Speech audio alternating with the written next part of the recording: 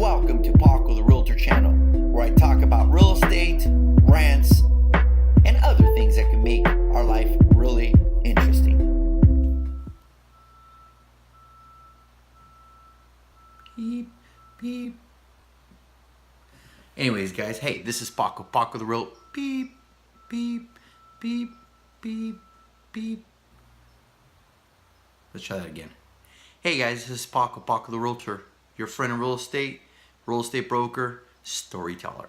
Today I want to talk to you about questions that were asked during the week. Today is the Ask Paco session. Today we go through all the questions that I was asked during the week, and I kind of put them together, pick the best ones, and then we go from there. So here it goes. All right, it was a short week this week because of Thanksgiving, so not as many questions as I'm used to. People are out eating turkey and wobbling before they're gobbling. But anyways, all right. So the first question I got is, so this is a seller, potential seller, I guess I should say, and they're debating, do I sell the home? Do I sell the home and rent? Do I sell the home and try to buy another house? Or do I stay put? So as you guys know by now, I always start with a goal. Their goal at the end is to move to a better area, neighborhood. That's the motivation behind it. Their kids do a bunch of activities in another side of town, so they're always commuting. And that's what's kind of spawned this, right? Now, where they live right now, they have a beautiful home. It's just in a different type of neighborhood, that's all. And they want to try to change that because their kids are getting older and entering high school. So let's start with the basics. You don't want to sell and rent because A, you're going to sign a one-year contract, you're going to throw your money away, and you're going to lose a tax deduction that you currently get from your mortgage interest deduction. So from a number standpoint, that doesn't make a sense. Selling to cash in the equity and then renting for a year to see what happens is probably not the smartest thing to do. If you could go month to month, maybe I'd consider that, but definitely not a one-year contract. One of the challenges they have is that they are not making enough money on the sale of their home to be able to buy in a better area and get a like-for-like home, because where they live right now, it's a beautiful big home. But obviously moving to another area that's a little more desirable, you can't get both unless you're willing to come in with some money down. Their down payment would be a little short. So that has really been one of the sticking points, the issues. What do? It would be easy if you're making $150,000 and you know you could put it all down and buy another like-for-like home, but in a better neighborhood. That's easy. But what makes this challenging is that's not what's going to happen. They've been going online, seeing what's out there, and the price range they can afford and the price range of the houses they like are about $100,000 off, and that's the issue. So, being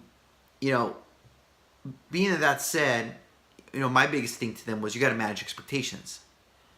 You are not in a situation right now to upgrade neighborhood and upgrade home. You're just not. So you're going to do one or the other. So you're going to either upgrade the home but have no land and no backyard, or you're going to upgrade the neighborhood but buy a house that ain't turnkey. It's one or the other. You're not getting both. And I kind of explained that to them.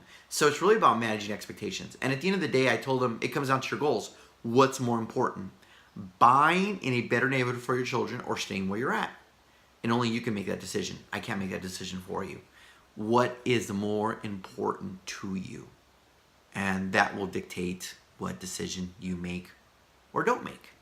So that's how I handle that. I don't make the decision for them. I just give them the facts and then help them go down that path and see what we can do. And that is the best I can do. If somebody tries to make you or force you to make a decision without the facts, then run away, right? So it all comes down to your goals. That's all it comes down to. The other question I got asked was a first-time buyer. First-time buyer program is asking me to put 3.5% down. I can put more, should I? And the answer to that is this. If, first of all, if you don't put 20% down, you can't get rid of the PMI insurance. So let's start there. So you could put 5, 10, 15% down. You're not getting rid of that PMI insurance. So that won't go away. But if you're thinking of putting, instead of putting 3.5%, maybe you put 10% down, the answer is this. How much are you saving per month? Let's say you're saving $100 a month. And that $100 in 1 year is $1,200. But that extra, that was an extra, I don't know, $10,000 you got to put down. It'll take you, 8 years to get that money back? Might be better to put the minimum down, pay the extra $100, but keep the reserves for an emergency in your savings account. That's the way I would play that.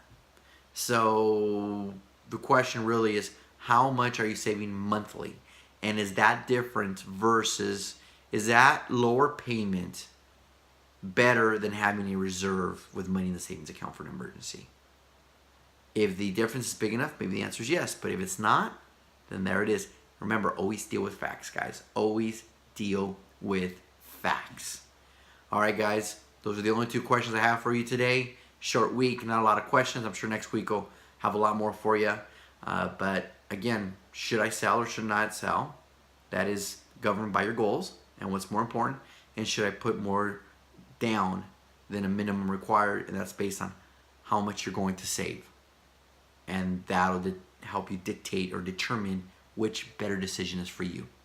As always, this is Paco, the realtor, your friend in real estate broker, storyteller. All right, guys, if you like this material, I ask that you subscribe. Till next time. Hey, thank you so much for watching our videos. I appreciate it. If you really like the content, go ahead and like and subscribe to our channel. We'll be putting out a lot of content on a weekly basis, which will be real estate related and a lot of stuff of just me ranting. So thank you. Remember, subscribe.